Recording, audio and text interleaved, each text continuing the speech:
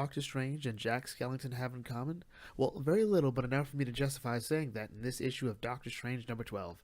So, our story opens up, slash begins, with Strange meditating and sort of thinking about his life. Like, I may be master of the mystic arts, but I suck at interpersonal relationships.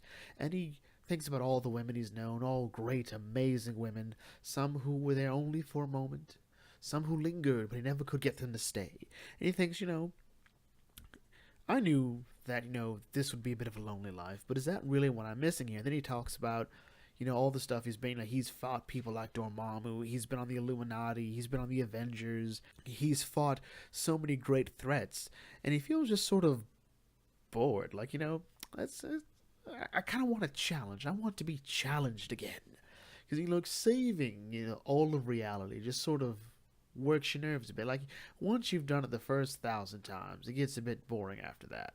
I've even been fired from being Sorcerer Supreme. I've even quit being Sorcerer Supreme, and I just come right back to it. I've lost my magic before. Like, I want a challenge. And as if to spite him, another dude shows up, an alien shows up, like, "Are you the Sorcerer Supreme? I need your help." He's like, "Look, yelling is not going to help.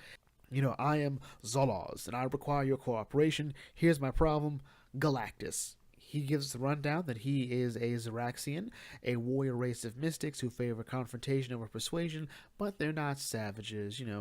It's one of the his planet's one of the most advanced civilizations in the system, and then Galactus showed up. Well, more appropriately, as it always goes, the Surfer, then Galactus will show up. They were able to wrangle the Surfer a bit, and they found one word from Earth. I'm like, okay, Earth. So he came to Earth like, "So, how do you guys keep Galactus away?" And Strange, like, I'm like the one guy who hasn't actually fought Galactus.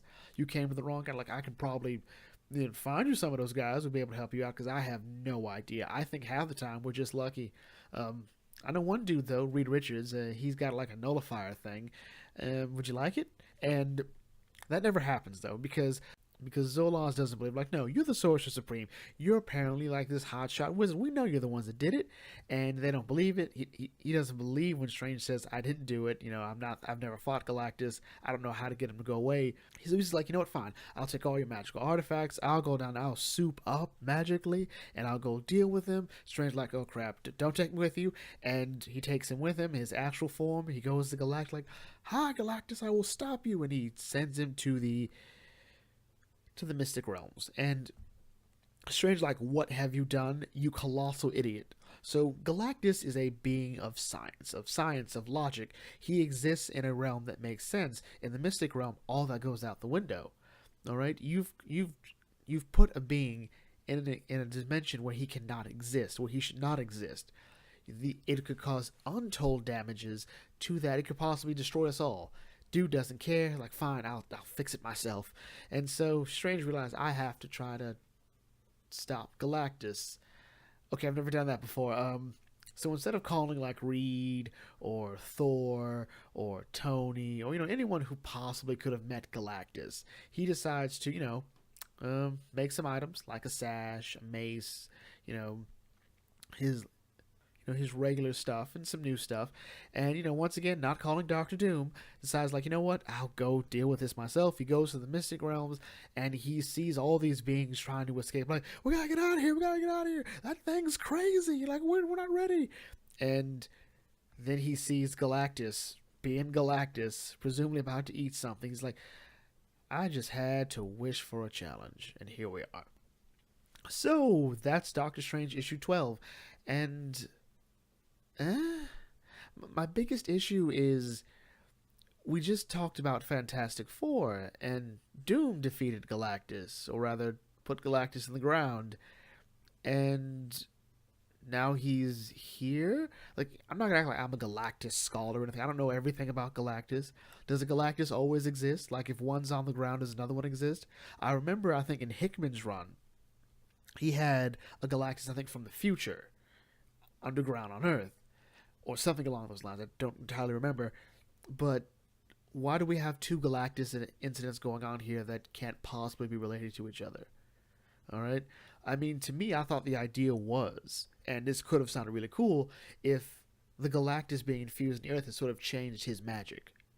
and Strange now is like cosmically imbued here, and he has to deal with like these new threats. Like maybe he becomes the new Sorcerer Galactus Supreme. I don't know, something along those lines. This feels like a sort of transparency issue with between writers. Like, could you imagine if we were reading a Batman book, and Batman's currently battling the Joker? Well, it turns out in Nightwing, um, Dick Grayson is currently battling the Joker, and at the same time, Harley's in both those books, but it turns out Harley is currently battling Batgirl. And the thing is, each of these are totally different and separate stories. The continuity's gone here, and we don't even have to use the Joker. We can use Deathstroke. Deathstroke's a great choice, actually, because he's everybody's problem at some point. He's fought Superman, he's fought Wonder Woman, he's fought Batman, he's fought the Teen Titans. Let's say he's fighting all of them, but still is one guy, no ups, no special power bonuses, and let's say Deathstroke is defeated in a coma in one issue, in one story. Let's say he's in a coma in Teen Titans, and then in a Green Lantern book, there's Deathstroke causing trouble, and there's no connection between the two. What is going on here? Meanwhile, in terms of the Jack Skellington thing, for those of you who probably haven't seen Nightmare Before Christmas, I assume those 5 people watch my videos. Jack Skellington starts off his story being kind of sad. He says, like, I've done all these great things, but I'm a bit lonely, and then he sort of ignores that when he has a new project. That feels like what Strange is going through. Like, Strange doesn't want to acknowledge his problems. He wants to bury them underneath new ideas and new potential. Anything that can help him avoid the idea that I'm so lonely.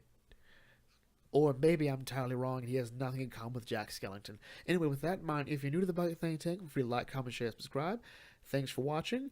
Leave your thoughts down on this as well. Have I missed something about Galactus? Love to know. And I will catch you all later. This is Bucket Think Tank signing off. Thanks for watching, and may your fandom serve you well.